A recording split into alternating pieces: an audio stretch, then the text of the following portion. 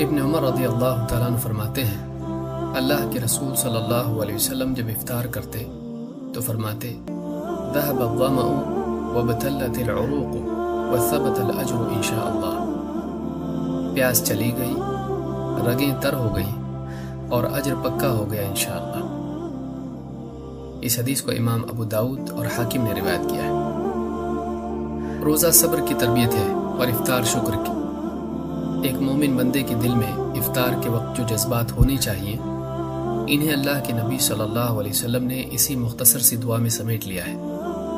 دن بھر کی بھوک پیاس سے گزر کر ایک روزہ دار جب افطار کرتا ہے تو افطار اس کے دل میں اللہ کے لیے شکر اور احسان مندی کی جذبات پیدا کر دیتی ہے۔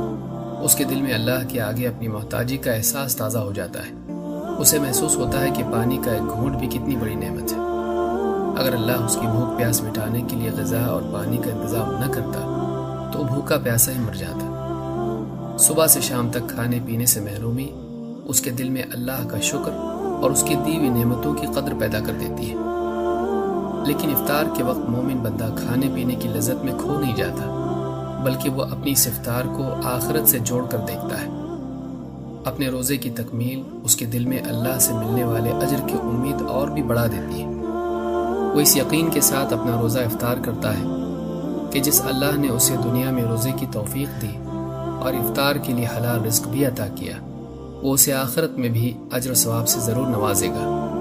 جس اللہ نے روزے کے ختم پر اس کے لیے اتنے عمدہ رزق کا انتظام کیا، وہ دنیاوی زندگی کے خاتمے پر بھی جنت میں اس کے لیے اس سے بہتر رزق کا انتظام کرے گا۔ اس مسنون ذکر میں اجر کے یقینی ہونے کی بات کے ساتھ انشاءاللہ کی قید لگانا اس بات کی طرف اشارہ ہے کہ اجر کا مدار محض عمل کی ادائیگی پر نہیں بلکہ اللہ کے ہاں قبولیت پر ہے۔ پھر عمل کی قبولیت اور اس پر اجر و ثواب بھی اللہ کی مشیت پر موقوف ہے۔ اللہ چاہے تو عمل قبول کرے اور چاہے تو رد کر دے، وہ چاہے تو اجر عطا کرے اور چاہے تو عطا نہ کرے۔ یہ اللہ کا فضل و کرم ہے کہ وہ بندے کا عمل قبول کرتا ہے اور اسے اس پر اجر بھی عطا کرتا ہے، ورنہ اللہ کو نہ بندوں کے عمل کی کوئی حاجت ہے نہ بندوں کا اللہ پر کوئی حق ہے۔ لہٰذا اجر کے تمام تر یقین اور امید کے باوجود بھی ایک مومن بندہ اس بات کو ضرور یاد رکھتا ہے کہ اگر اللہ کے ہاں میرا عمل قبول ہونے لائق رہا تو ہی اجر ملے گا، ورنہ نہیں۔ یہ چیز اس کے اندر فخر کی بجائے تواضع اور انکساری پیدا کر دیتی ہے۔ روزہ افطار کرنے کی اس نبوی دعا میں اس حقیقت کی طرف بھی اشارہ ہے کہ عمل کتنا ہی پرمشقت کیوں نہ ہو، اس کی یہ مشقت وقتی ہے لیکن اس کا اجر و ثواب دائمی ہے۔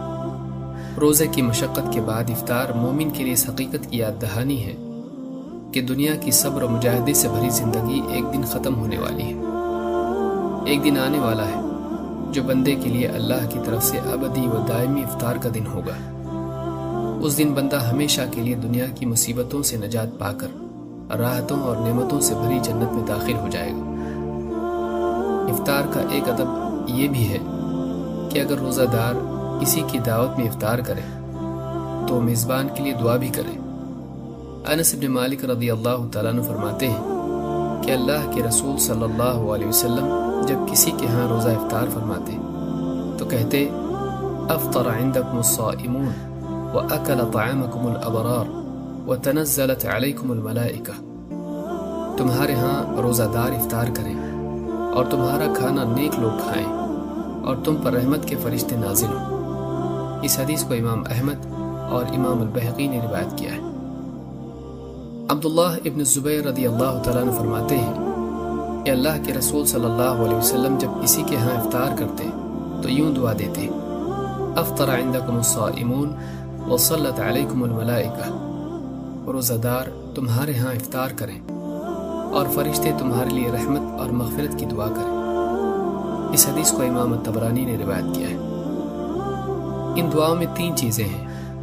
پہلی چیز یہ کہ تمہارے ہاں روزہ دار افطار کریں، یہ میزبان کے لیے روزے داروں کا اجر پانے کی دعا ہے، کیونکہ افطار کرانے پر روزے دار کی مثل اجر ملتا ہے۔ دوسری چیز یہ کہ تمہارا کھانا نیک لوگ کھائیں، نیک لوگوں کو کھلانا ان کی دعا کا حقدار بننا ہے، اور اس کھانے سے تقویت پا کر وہ جو بھی نیک اعمال کریں گے ان کے ثواب میں شرکت ہے۔ تیسری چیز فرشتوں کی دعا کا مستحق بننا ہے، جو شرف بھی ہے اور نجات کا ذریعہ بھی۔